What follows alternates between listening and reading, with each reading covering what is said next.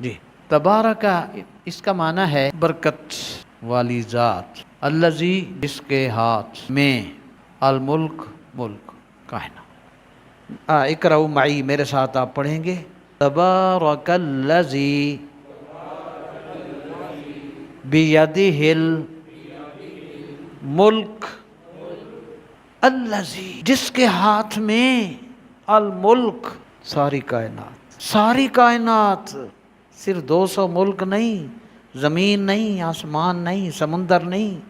ہماری عقلیں چھوٹی ہیں، ہمیں تو پتہ ہی نہیں کتنی کائناتیں ہیں۔ مشکوٰۃ شریف میں کتاب العلم میں زمین کی جو کائناتیں ہیں، کائناتیں، انسان ایک کنگڈم، ایک کائنات ہے۔ اس طرح کی جو کائناتیں زمین پر ہیں ان کی تعداد ہے 400، اور جو سمندر میں ہیں ان کی تعداد ہے 600 کائناتیں۔